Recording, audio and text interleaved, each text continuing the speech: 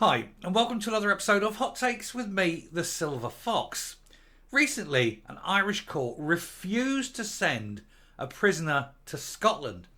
They claimed that it would be cruel and unusual punishment and said it was against their constitution to do that to even a convicted prisoner should not be treated in such a way as to put them into what is a Scottish prison.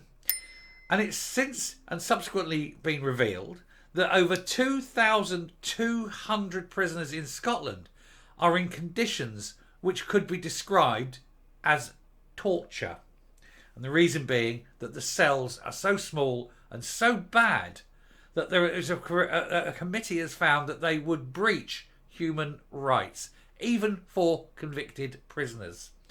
Goes to tell you a lot about the Scottish prison service, that this is even a thing.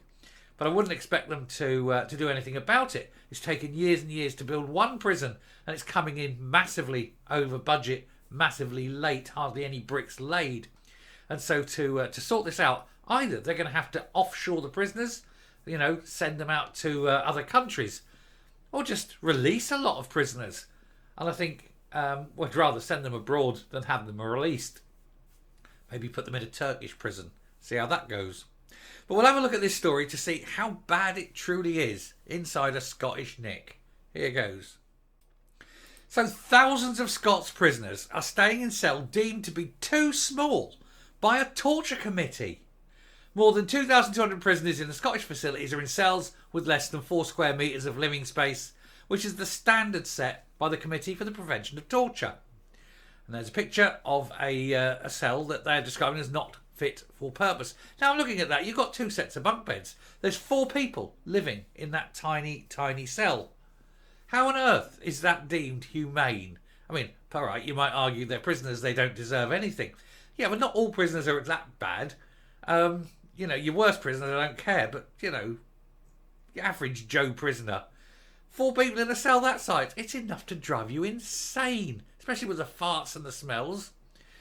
Anyway, there are too many prison cells which are below the minimum standard of living space, the Scottish Liberal Democrats have said. A parliamentary question revealed there are 2,230 prisoners in Scotland living in shared cells which have less than 4 square metres of personal space per inmate. The 4 square metre standard is set by the Council of Europe's Committee for the Prevention of Torture.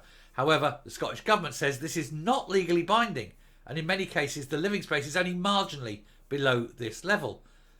It's either below the level or it's not. The margin is immaterial. Further research from the Lib Dems found there are 36 cells in Scotland where 2 prisoners share a total of 7 square metres of personal space. Well, you're just sharing. That's 3.5 square metres per prisoner, which is well below the limit, isn't it? Most of these are at Sawton Prison in Edinburgh, and Lib Dem Justice spokesman Liam MacArthur said on the SNP's watch, not only are prisons bursting at the seams, but the conditions inside, many of them, contravene basic standards for humane treatment. The problem is so acute that the government's best justification is that most cells are only marginally smaller than the internationally recognised minimum standards. In a number of cases, though, the government are failing to even achieve the low standard that they've set themselves here. And as I say, I don't care about people who've done particularly heinous, awful crimes. If you're, child, anything involving children or things like that, get what you deserve. Honestly, I'll put you in the worst conditions possible. But for most prisoners, it's stupid crimes, isn't it? It's burglary, it's a bit of mugging, it's, thievery, things like that. You can't put them in this. It's just inhumane for most prisoners. Like I say, there's some for whom, there is no minimum standards. But that's they're few and far between. For the main, these people, they even what they've done, they deserve to at least, not go crazy in stir doing this sort of stuff.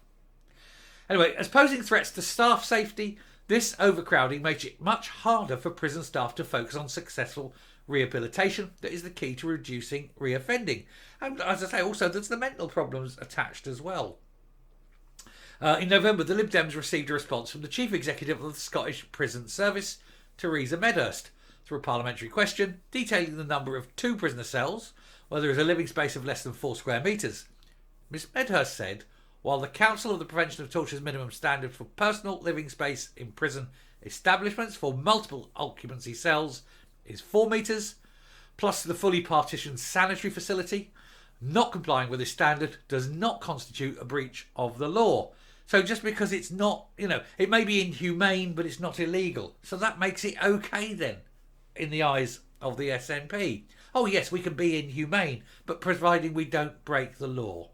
That shows you where their moral and ethical standards lie, isn't it? Honestly, lower than a snake's belly.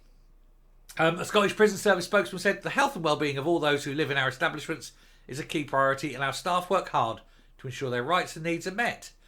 Now, you've got to take into consideration that if there's big stress in prison, if there's all this awfulness and this mental problems in prison, that will flood out occasionally, and that puts the staff at great personal physical risk. So not only is it inhumane treatment of the prisoners, but there is a high risk factor for the employees. And I would suggest that even if you can't abide by the moral and ethical standards to raise the conditions for the prisoners, you must at least address the safety concerns of minimum staffing levels and the staffing safety based on potential and foreseeable problems. And that is a genuine issue, and that is against the law. That is a crime to not deal with that. He said many of our establishments are full beyond their design capacity, and this increases the pressure on the space available. A Scottish spokesman said, the safety and well-being of everyone in the prison estate is a priority for us and the Scottish Prison Service. Well, they say that, but they're not actually doing anything. He said, we're taking action in relation to the high and increasing complex prison population, and despite an autumn statement that ministers have made clear was devastating for Scottish finances, we're increasing investment in our vital prison services by increasing the SPS resource budget by 10% to 38.5 million. Yes, but you're building a new jail, and it's taken 5 years longer than planned, and it's gone from 80 million budget to 400 million budget, and it's still nowhere near completed. And already, before it's even completed, they know it's going to be oversubscribed and over placement of prisoners within it. That is how bad the prison service in Scotland is. You've got prisoners locked up in prisons built in the 1800s. How is this in a modern society acceptable? Like I say, there's a few that you don't care about, the worst of the worst, the lowest of the low, don't care about them. But for the vast majority of prisoners, they don't deserve that treatment. The punishment is the lockup, not the prison. Anyway, I shall stop there and come up. And I'm probably quite divisive, this video, I'm pretty sure, because there'll be some there agreeing that, oh, well, we need to treat them well. And there's others saying, well, no, screw them, they're only prisoners. But either way of the argument, you've got to consider the safety of the staff. And I think that's important. But like I say, not all the prisoners deserve that kind of treatment. Anyway, said me piece, come up, we'll round off and we'll finish this video, and we'll see what you say in the comments, which will be interesting, I think. Coming up. One of the problems is a lack of facilities. Let's face it, they're building 2 prisons, but they're just not building them fast enough, and they're not building them to budget either. I think building 3 or 4 more prisons, but build smaller prisons, but more local to the people. If you have smaller prisons that are less densely populated, it's better for the prisoners. It's better for the... no, you don't... Now, when I say that, you don't put the high category, the high risks in there, but you put the low risks in there. It's better for the prisoners. It's better for the prison staff. It means families can be nearer to where their loved ones are locked up.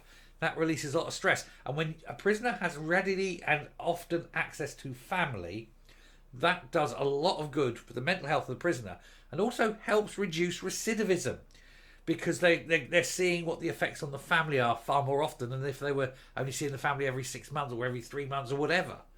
And so it does actually help society, and I think it is worth looking at, having smaller local prisons, less dense. Yes, it costs money, but hey, everything costs. But what's the cost of the recidivism? What's the cost of all the other problems caused by having a high density prison? That also has costs. Maybe not in the prison, but subsequently in society. Who knows? I'm not an expert on this, but it just seems to me to be sensible. Anyway, I shall finish there. Thank you very much for watching. Do please hit the subscribe button. It'd be nice to build up. We're nearly at 9,100, so who knows? Woohoo! We'll build up. We'll get to that 10,000 hopefully before the end of February. That's the target. Anyway, till next time, stay safe, stay well, and I'll speak to you later.